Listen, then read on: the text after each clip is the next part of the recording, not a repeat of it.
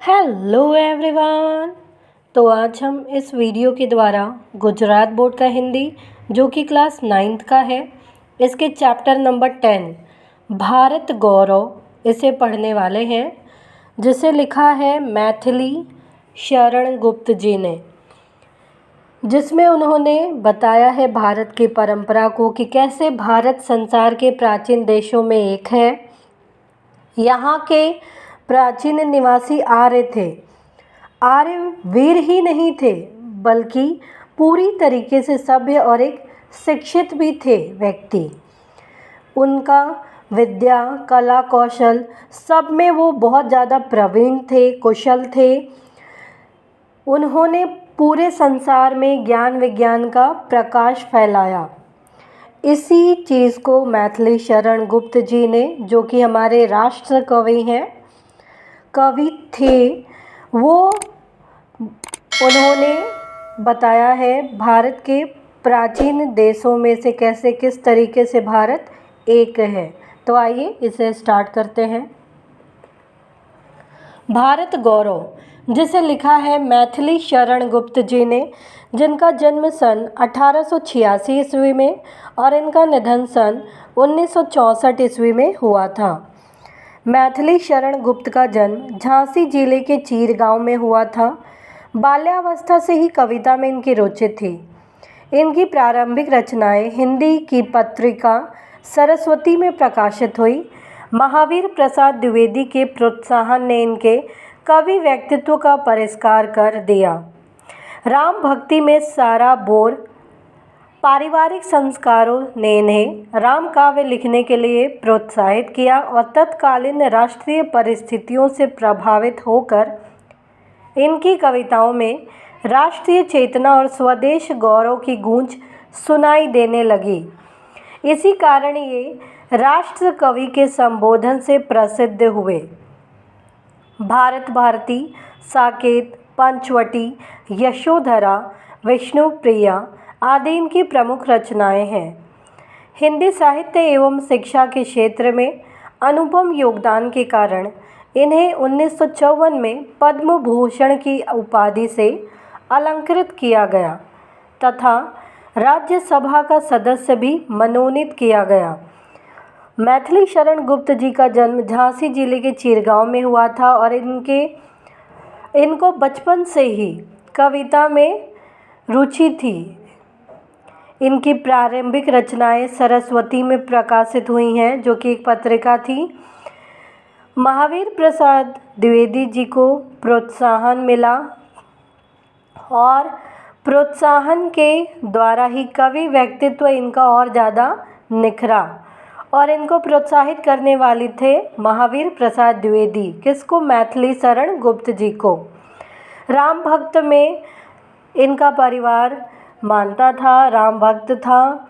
पारिवारिक संस्कारों ने इन्हें राम काव्य लिखने के लिए प्रोत्साहित भी किया और इन्होंने इनके अलावा समाज में जो परिस्थितियां हैं उससे प्रभावित होकर लोगों को जागरूक करने के लिए स्वदेश अपने देश के प्रति गौरव की गूंज भी इन्होंने पैदा करने की कोशिश की, जो इसकी गूंज इनकी कविताओं में भी हमको देखने को मिलती है और इसीलिए ये राष्ट्र कवि के संबोधन से भी प्रसिद्ध हुए। इन्होंने भारत भारती, साकेत, पंचवटी, यशोधरा, विष्णुप्रिया आदि प्रमुख रचनाएं भी की हैं। हिंदी साहित्य और शिक्षा में इनका बहुत बड़ा योगदान है और इन्हीं के लिए इनको 1954 में पद्म भूषण की उपाधि भी दी गई और इनको राज्यसभा का सदस्य भी चुना गया, मनोनीत यानी चुना गया। प्रस्तुत काव्य भारत भारती से लिया गया है। ये जो काव्य हम पढ़ने वाले हैं भारत गौरव, ये भारत भारती से लिया गया है, जिसमें 3 खंड में देश का अतीत, वर्तमान और भविष्य चित्रित है। गुप्त जी ने भारत के अतीत का गौरवशाली चित्र प्रस्तुत किया है। 3 खंड में ये डिवाइड था, अतीत, वर्तमान और भविष्य। इसमें हम लोग भारत के अतीत का गौरवशाली चित्रण देखेंगे और इन्हीं विशेषताओं के आधार पर उसे विश्व के सिरमौर पद पर, सिरमौर अर्थात श्रेष्ठ पद पर प्रतिष्ठापित किया है। इस काव्य में कवि ने भारतीय सभ्यता और संस्कृति का गौरवगान किया है।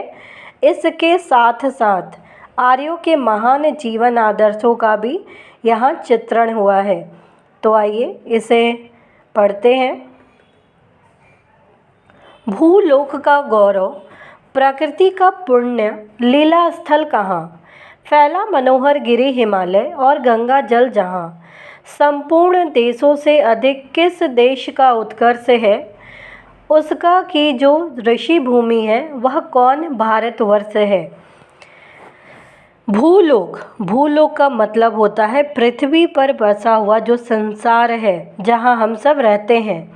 गौरव है, गौरव यानी सम्मान या प्रतिष्ठा है।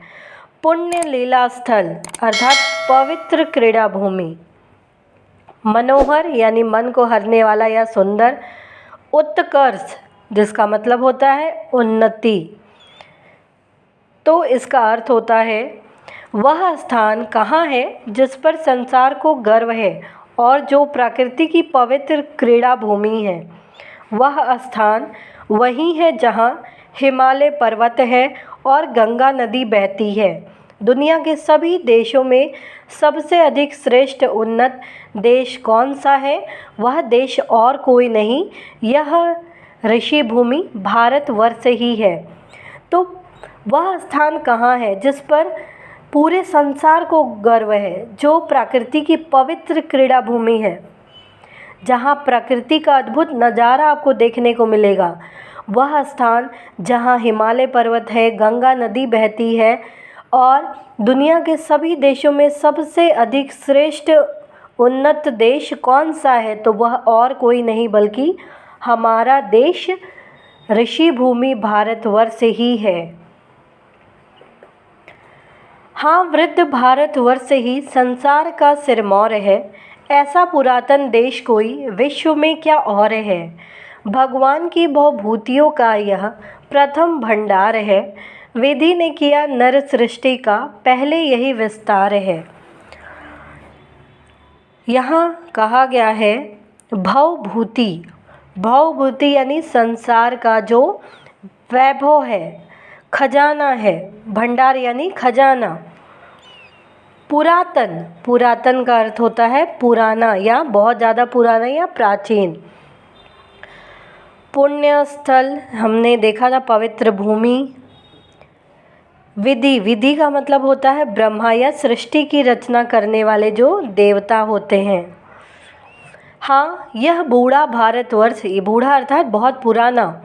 भारतवर्ष संसार का सर्वश्रेष्ठ देश है। प्राचीन देशों में इसके मुकाबले का दूसरा कोई देश नहीं है। भगवान ने संसार में वैभव के जो स्थान सबसे पहले बनाए, उनका प्रथम संग्रह यानी भंडार इसी देश में हुआ। ब्रह्मा ने मानव सृष्टि का विस्तार भी यहीं से किया। तो यह भारतवर्ष, भारत देश संसार में बहुत पुराना है, प्राचीन देश है, सर्वश्रेष्ठ देश है। यह प्राचीन देश, इसके मुकाबले में कोई और दूसरा इतना प्राचीन देश नहीं है। और भगवान ने संसार में सबसे पहले वैभव अर्थात संसार का वैभव, संसार की उत्पत्ति, उनका भंडार सबसे पहले किसी देश में हुआ है तो वो और कहीं नहीं, भारत देश ही है, जहाँ ब्रह्मा जी ने भी मानव सृष्टि का विस्तार आरंभ किया था, भारत से ही। यह पुण्य भूमि प्रसिद्ध है, इसके निवासी आर्य है, विद्या कला कौशल सबके जो प्रथम आचार्य है। संतान उनकी आज यद्यपि हम अधोगति में पड़े, पर चिन्ह उनकी उच्चता के आज भी कुछ है खड़े। भारतवर्ष की यह पवित्र धरती सारे विश्व में प्रसिद्ध है। इस देश के निवासी आर्य हैं। उन्होंने ही सारे संसार को सबसे पहले विद्या, कला और कौशल का ज्ञान दिया। यद्यपि उन आर्यों की संतानें आज बुरी दशा में हैं, फिर भी उनके महान चरित्र के कुछ निशान आज भी मौजूद है। तो यहाँ पे कहा गया है कि जो अधोगति, अधोगति का मतलब होता है अवनति या दयनीय अवस्था हो जाना, दयनीय दशा हो जाना। आचार्य यानी शिक्षक, तो भारतवर्ष की यह पवित्र धरती सारे विश्व में प्रसिद्ध है। इस देश के निवासी आर्य हैं क्योंकि उन्होंने ही सबसे पहले संसार को विद्या, कला, कौशल का ज्ञान दिया था। तो वो शिक्षक है, आचार्य हैं। उन आर्यों की संतानें आज बुरी दशा में है, यानी अधोगति में है, अवनति में है। फिर भी उनके महान चरित्र के जो कुछ निशान हैं आज भी हमारे सामने मौजूद है कि वो कितने कुशल थे विद्या में, कला कौशल में। इस तरीके से वे आर्य ही थे जो कभी अपने लिए जीते न थे। वे स्वार्थरत हो मोह की मदिरा कभी पीते न थे। संसार के उपकार हित जब जन्म लेते थे सभी, निश्चेष्ट होकर किस तरह वे बैठ सकते थे कभी। यहाँ कहा गया है उच्चता यानी महानता, स्वार्थरत यानी स्वार्थरत होता है केवल अपना लाभ ही देखने वाला व्यक्ति। मदिरा, मदिरा यानी शराब। निश्चेष्ट यानी चेष्टा रहित, जिसको किसी चीज़ का होश नहीं हो, निष्क्रिय हो जाना। तो वे आर्य ही थे जो अपने जीवन को कभी अपना नहीं समझते थे। उन्हें कभी अपने ही लाभ का मोह नहीं होता था। वे संसार का उपकार करने के लिए जन्म लेते थे, फिर वे निष्क्रिय होकर कैसे बैठ सकते थे। तो यहाँ बताया गया है कि वे आर्य ही थे जो अपने जीवन को दूसरों के लिए समर्पित कर दिए थे। वे अपने जीवन को कभी अपना नहीं समझते थे। उन्हें कभी अपने लिए उन्होंने नहीं जिया या किसी लाभ के लिए या सिर्फ अपने बारे में सोचने वाले वो नहीं थे। वे पूरे संसार के उपकार के लिए, लोगों के लिए उन्होंने जन्म लिया था। और वे इतना कुछ जब वो हमारे देश के लिए करते थे तो वो निष्क्रिय होकर कैसे बैठ सकते थे, वो निश्चेष्ट होकर कैसे बैठ सकते थे। तो उम्मीद है आपको ये चैप्टर समझ में आया होगा। तो प्लीज़ आप इस चैप्टर को लाइक करना, शेयर करना, सब्सक्राइब करना, इस चैनल को ना भूलें। Thank you.